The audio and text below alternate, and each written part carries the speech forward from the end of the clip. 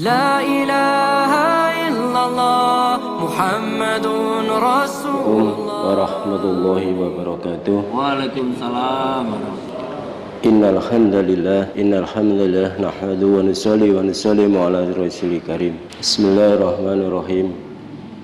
Hadirin menaikkan Allah lagi dan lagi kita syukur kepada Allah Subhanahu wa taala karena hari ini saat ini Allah Subhanahu wa taala telah berikan kita daripada nikmat yang amat sangat banyak sekali, daripada nikmat kesehatan, nikmat rezeki, dan nikmat yang paling utama yaitu nikmat iman wal Islam. Alhamdulillah hari ini Allah SWT sudah mudahkan kita untuk menjalani bulan yang agung, bulan yang mulia, bulan Ramadan. InsyaAllah ini sudah menghadapi hari keempat dan kita berharap kepada Allah SWT dengan bersyukur semoga Ramadan kita ini lebih meningkat daripada tahun-tahun yang lalu dari sisi kualitas dan kuantitas. Karena tidak ada jaminan untuk bulan Ramadan yang lainnya ini kita sampai ketemu bulan Ramadan. Kita kalau menengok ke kanan ke kiri, saudara kita, mungkin orang tua kita, bapak kita atau teman-teman kita nih yang Ramadan kemarin masih ada di dunia dan dia sudah pergi ke akhirat atau alam kubur. Karena itu insya Allah dengan syukur kita diberi waktu oleh Allah SWT dengan bulan Ramadan ini, bagaimana kita tingkatkan lagi dan lagi dengan bersyukur, bagaimana janji Allah la in syakartum la izdanakum wa in kafartum min adabil asadid. Barang siapa bersyukur maka akan Allah tambah lagi dan lagi atas nikmat yang diberikan. Alhamdulillah dengan menaikkan ustala kita peluangkan waktu beberapa saat untuk mendengarkan hadis tentang keutamaan Al-Quran. Karena Ramadan ini diantaranya adalah bulan turunnya Al-Quran sebagai pedoman hidup kita, akan membimbing kita bagaimana kita ini sukses di dunia dan sukses di akhirat. Kenapa kita bicarakan akhirat? Karena semua kita akan pergi ke akhirat. Yang kaya ke akhirat, yang miskin ke akhirat, yang pejabat, yang rakyat juga akan pergi ke akhirat. Karena itulah perlu kita persiapkan. Karena itulah perlu kita rencanakan. Di tempat akhirat ini hanya ada dua, yaitu di nerakanya Allah atau di surganya Allah SWT. Mumpung kita di dunia, kita ini masih kita bisa memilih, merencanakan, mengagendakan akan kemanakah kita tempat nanti, yaitu di akhirat nanti. Kita akan dengarkan yaitu keutamaan Al-Quran. Mafhum satu daripada sebuah hadis dari Sayyidina Abu Sa'id Al-Khudri radhiyallahu anhu, ia berkata, pernah suatu ketika aku duduk dengan sekumpulan muhajirin yang miskin. Sungguh sebagian mereka tidak memiliki kain yang cukup untuk menutupi badannya dengan sempurna, sehingga sebagian mereka menutupi dirinya dengan badan temannya. Pada saat itu seorang qori membacakan Al-Quran kepada kami. Tiba-tiba datanglah baginda Rasulullah SAW lalu berdiri di dekat kami. Ketika baginda Rasulullah SAW berdiri di dekat kami, qori itu pun diam. Beliau memberi salam dan bersabda, apa yang sedang kalian lakukan? Kami menjawab, kami sedang mendengarkan bacaan kitab Allah. Beliau bersabda, segala puji bagi Allah, diperintah agar bersabar bersama mereka.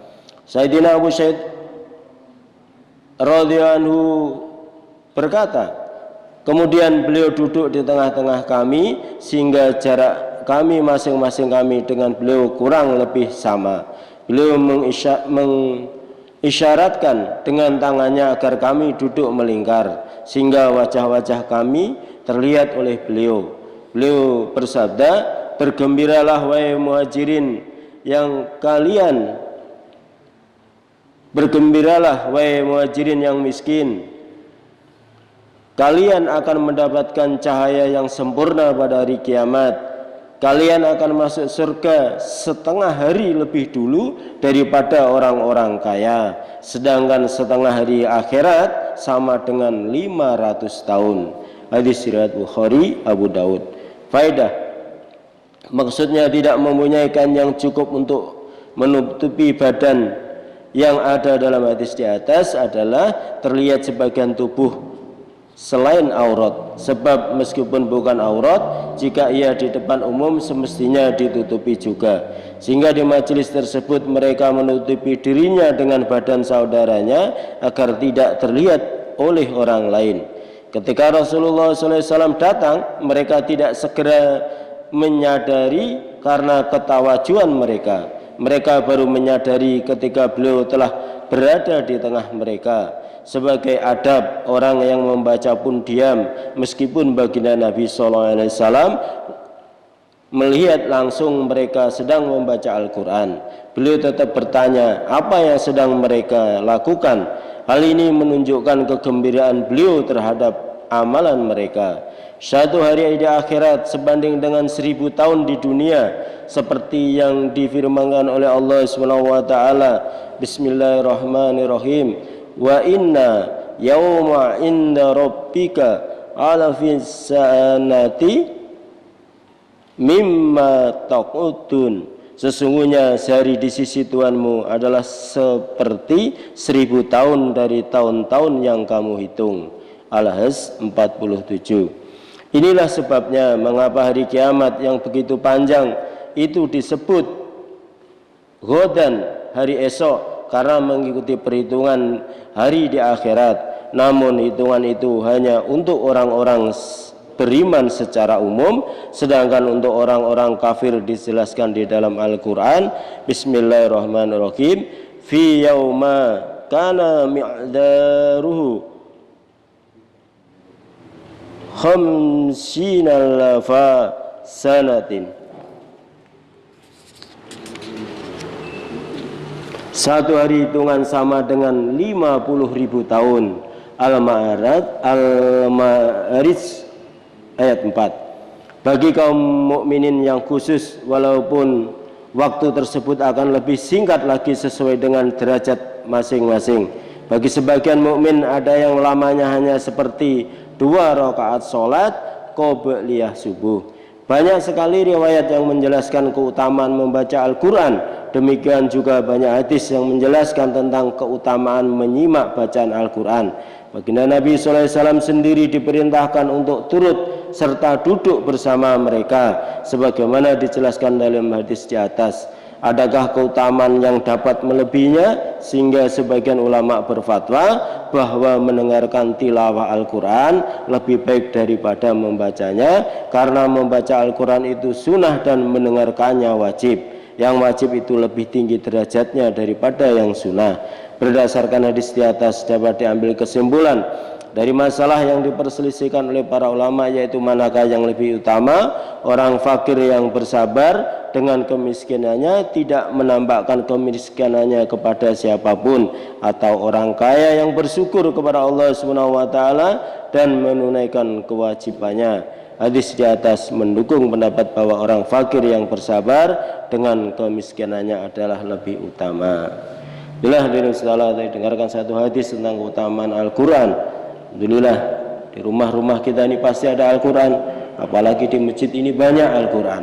Nah, fungsinya Al-Quran ini untuk apa? Yaitu pertama untuk dibaca, nah, yang kedua untuk dipahami, nah, yang ketiga untuk diamalkan, dan yang lebih utama lagi disampaikan. Kepada siapa? Kepada siapa saja. Ya, yang paling dekat dari kita ini adalah anak-anak dan istri kita. Maka anak-anak istri kita ini perlu kita jelaskan juga tentang Al-Quran dan hal hadis. Nah, dan lebih lagi tetangga kita. Dan bagaimana Al-Quran ini juga kita sampaikan saudara-saudara dan niatkan ke seluruh alam. Itulah hadirin sekalian. Nah, taklim ini Pak perlu juga diadakan di rumah-rumah kita Pak, dengan anak istri kita, mungkin di kantor dengan karyawan kita, sehingga hari demi hari kita mendengarkan nasihat-nasihat dari baginda Nabi Sallallahu Alaihi Wasallam dan firman daripada Allah Subhanahu Wa Taala. Perlu disampaikan di rumah-rumah kita, anak kita. Dan alhamdulillah dan setelah di masjid kita ini sering kita sampaikan tiap hari ini. Semoga dalam Ramadan ini semakin meningkat keimanan kita, ketakwaan kita kepada Allah dari sisi kualitas dan kuantitas. Yang membaca baik, yang mendengarkan baik, yang lebih baik, yang bisa mengamalkan dan menyampaikan. Karena itu insyaallah subhanallah asyhadu an la ilaha illa anta astaghfiruka wa atubu ilaik. Assalamualaikum warahmatullahi wabarakatuh.